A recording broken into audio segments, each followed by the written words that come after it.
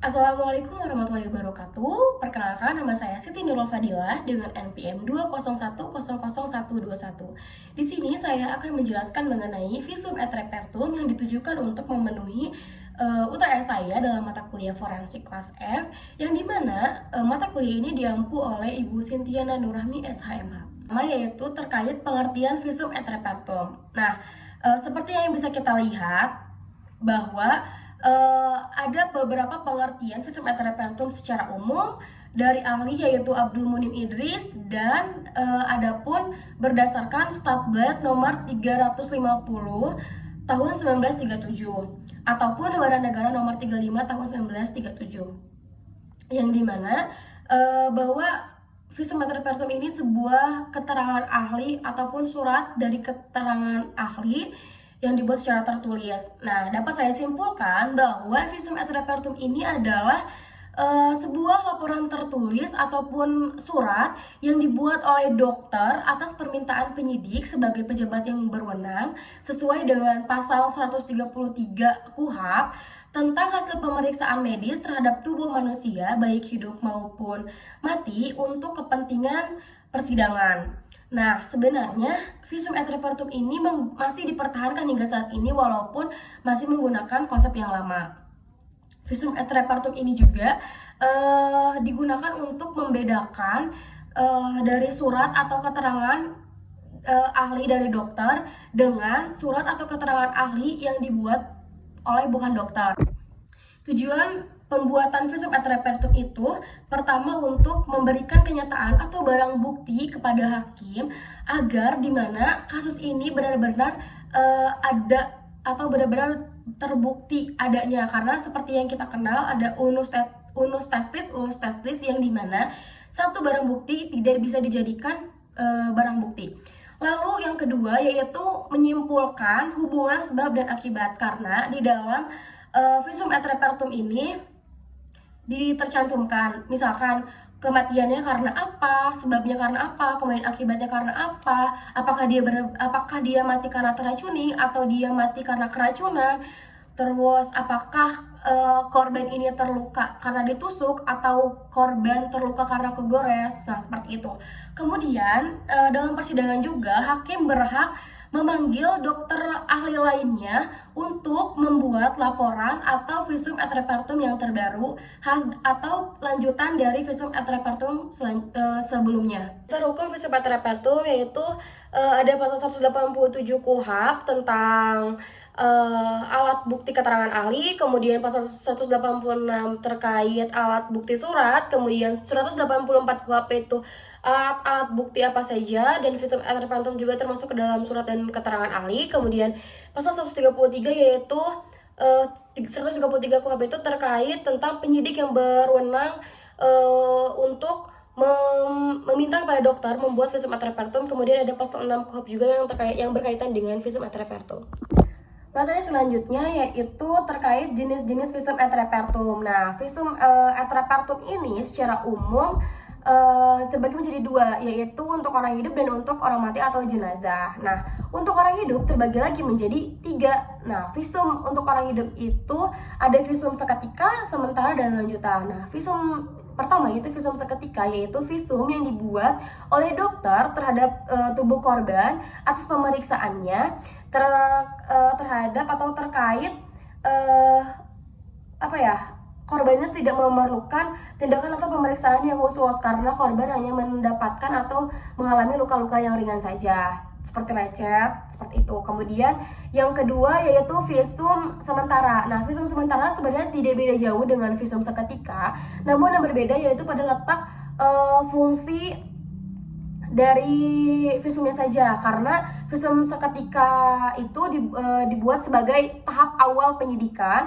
Kemudian kalau visum lanjutan yaitu dibuktikan untuk penyelidikan kayak gitu. Kemudian visum untuk orang hidup yang ketiga yaitu visum lanjutan, yang dimana visum ini dibuat setelah berakhir masa perawatan dari korban oleh dokter yang merawatnya, yang sebelumnya telah dibuat visum untuk awal penyidikan.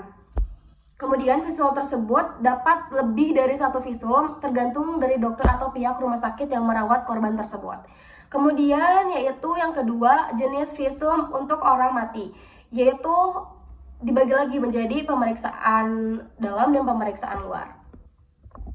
Nah, pemeriksaan luar yaitu berupa tindakan atau perawatan yang tidak merusak kebutuhan jaringan jenazah secara teliti dan sistematik. Kemudian kalau pemeriksaan dalam atau bedah jenazah, yaitu pemeriksaan secara menyeluruh dengan membuka rongga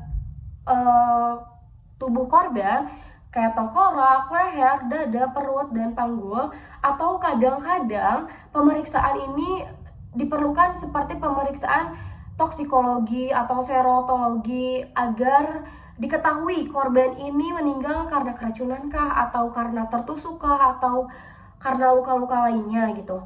Kemudian adapun visum yang secara khusus yaitu berdasarkan sifatnya, yang dimana ada yang bersifat sementara, lanjutan, dan definitif. Nah, sementara yaitu struktur visumnya lengkap tapi belum disimpulkan dan dapat digunakan sebagai dalam awal penyidikan.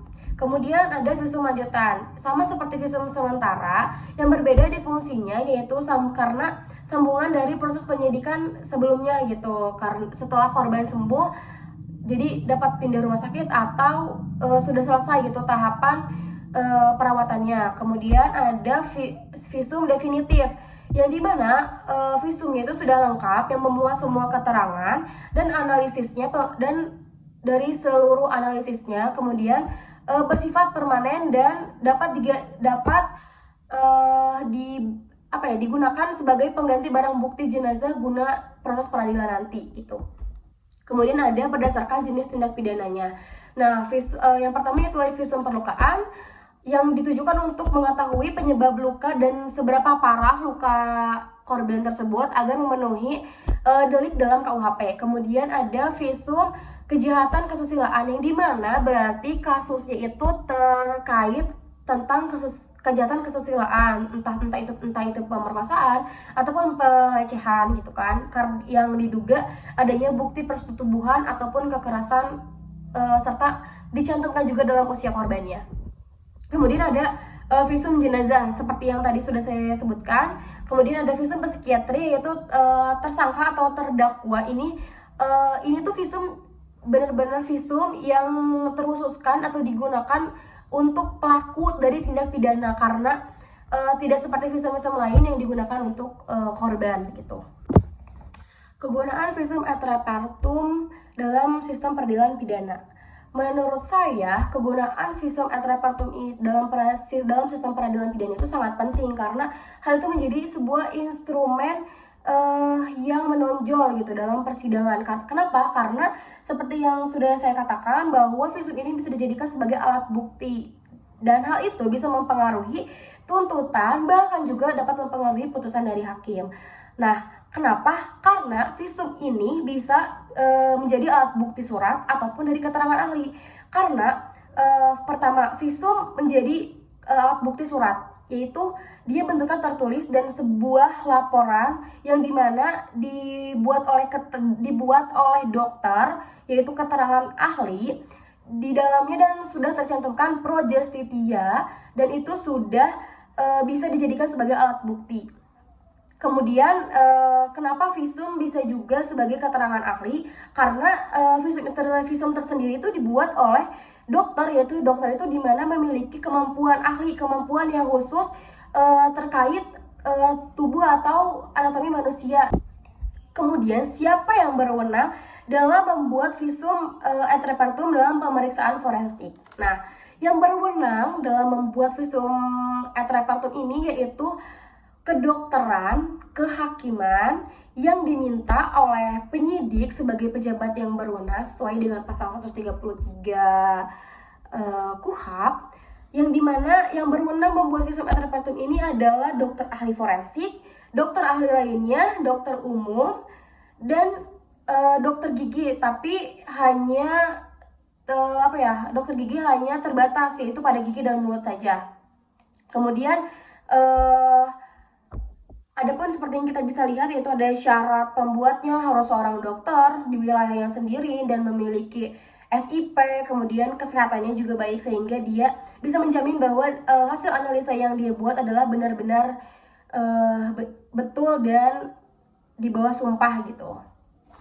Seperti yang kita tahu juga bahwa dalam pembuatan visum et repertum dapat digunakan dalam persidangan, namun harus dicantumkan pro justitianya sesuai dengan artinya, yaitu dapat atau dibuat secara khusus untuk kepentingan peradilan. Nah, dalam undang-undang visum juga sudah dinyatakan sebagai surat resmi, dan apabila sudah dicantumkan pro justitia, maka hal itu tidak memerlukan lagi materai untuk memiliki kekuatan hukum. Dan apabila tidak dicantumkan pro justitia, maka visum tersebut tidak dapat dijadikan barang alat bukti dalam persidangan.